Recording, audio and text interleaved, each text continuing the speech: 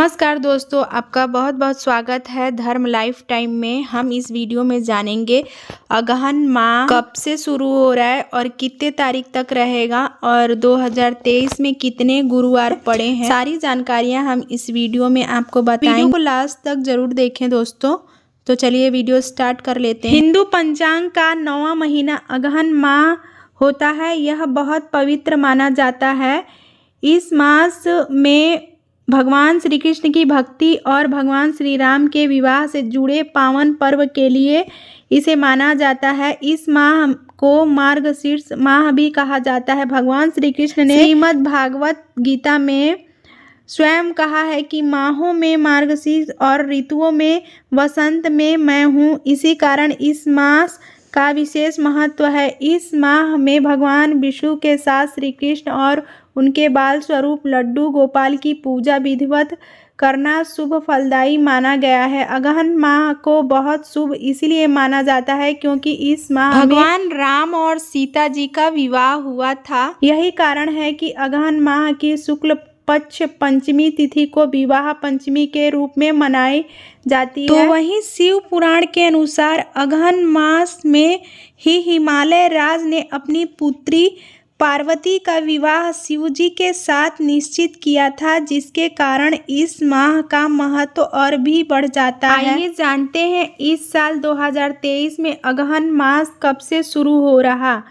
इस साल 2023 में अगहन मास की शुरुआत 28 नवंबर दिन मंगलवार से लेकर 26 दिसंबर दिन मंगलवार तक अगहन मास की कृष्ण पक्ष की शुरुआत होगी। 28 नवंबर दिन मंगलवार से लेकर 12 दिसंबर दिन मंगलवार तक और शुक्ल पक्ष की शुरुआत होगी 13 दिसंबर दिन बुधवार से लेकर 26 दिसंबर दिन मंगलवार। हिंदू धर्म में कार्तिक माह के बाद पड़ने वाली मास अगहन मास कहलाती है और इस मास को मार्गशीर्ष इसीलिए कहा जाता है क्योंकि इस मास के शुक्ल पक्ष के आखिरी दिन यानी कि पूर्णिमा पर चंद्रमा मृगशिरा नक्षत्र में रहता है और इसी नक्षत्र के नाम पर ही इस मास का नाम मार्गशीर्ष पड़ा है। अगहन मास को अनजाने किए गए पापों से मुक्ति और पुण्य को प्राप्त करने का सबसे उत्तम माना गया है। इस महीने में किसी पवित्र नदी सरोवर में स्नान करना बहुत शुभ माना जाता है क्योंकि माना जाता है कि पवित्र नदियों का पानी कई तरह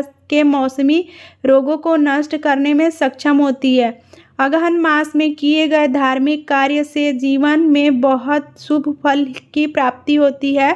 इस माह को जप तप और योग के लिए बहुत ही खास माना जाता है कि इस माह में संतुलित भोजन और अनुशासित जीवन शैली को अपनाने से रोग और कष्ट से मुक्ति मिलती है। सकारात्मक विचार बने रहने के साथ मन प्रसन्न रहता है।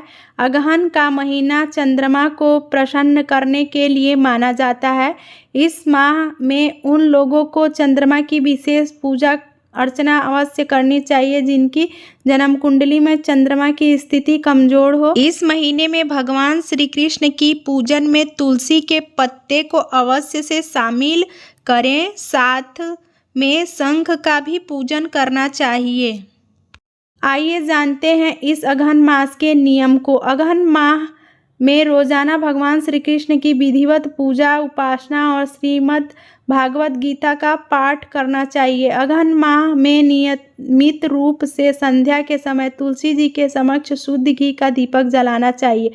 अगहन मास के दौरान प्रतिदिन तुलसी जी की माला से ओम नमो भगवते वासुदेवाय नमः मंत्र का जाप करना चाहिए। मान्यता है कि ऐसा करने से श्री हरि की कृपा प्राप्त होती है। इस पावन माह में किसी पवित्र नदी या सरोवर में रोजाना नियमित रूप से स्नान करना चाहिए। अगहन माह में तामसिक भोजन को ग्रहण नहीं करना चाहिए। अगहन महीने में तीर्थ स्नान करने से पुण्य मिलता है और हर तरह के रोग शोक और दोष दूर होते हैं।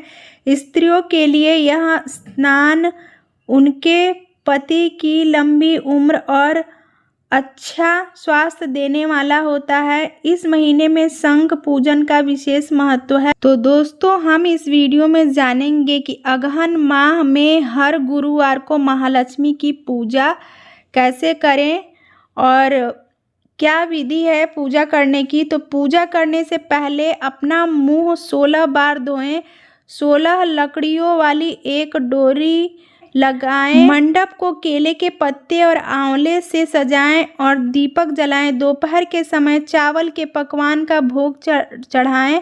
शाम को आरती करें और प्रसाद ग्रहण करें। अगहन माह के सभी गुरुवार को घर घर को रंगोली से सजाया जाता है। सुबह से शाम तक 3 बार महालक्ष्मी की पूजा की जाती है। एक दिन पहले बुधवार को माँ लक्ष्मी को आमंत्रित कर पूजा घर में स्थापित किया जाता है। अगहन मास में महालक्ष्मी की पूजा करने से परिवार में सुख समृद्धि आती है। माँ को निमंत्रण देने के लिए मंदिर जाना पड़ता है। 30 नवंबर से शुरू होने वाले अगहन गुरुवार से एक दिन पहले 29 नवंबर बुधवार को अपने घर की साफ सफाई करें। आंगन और मुख्य द्वार पर रंगोली सजाएं। मुख्य द्वार से लेकर पूजा स्थल तक चावल के आटे से माँ लक्ष्मी के पैरों के निशान बनाएं। कलश स्थापित करें। आंवले और आम के पत्तों से बने तोरण को सजाएं और देवी लक्ष्मी की मूर्ति स्थापित करें। कटोरे में धान रखें और दीपक जलाएं। देवी लक्ष्मी का आह्वान करें और उन्हें अपने घर में आमंत्रित करें। सूर्योदय से शाम तक करें पूजा। महिलाओं को गुरुवार के दिन सूर्योदय से पहले स्नान कर लेना चाहिए। व्रत का संकल्प लें और मुख्य द्वार पर दीपक जलाएं। दोपहर 12 बजे चावल की खीर, अन्न रसा, बावरा, चावल का चीला आदि पकवानों का भोग लगाएं। शाम को दोबारा पूजा करके प्रसाद ग्रहण करें और भोजन करें। तो चलिए जान लेते हैं कि पूजन सामग्री क्या क्या रहेगा।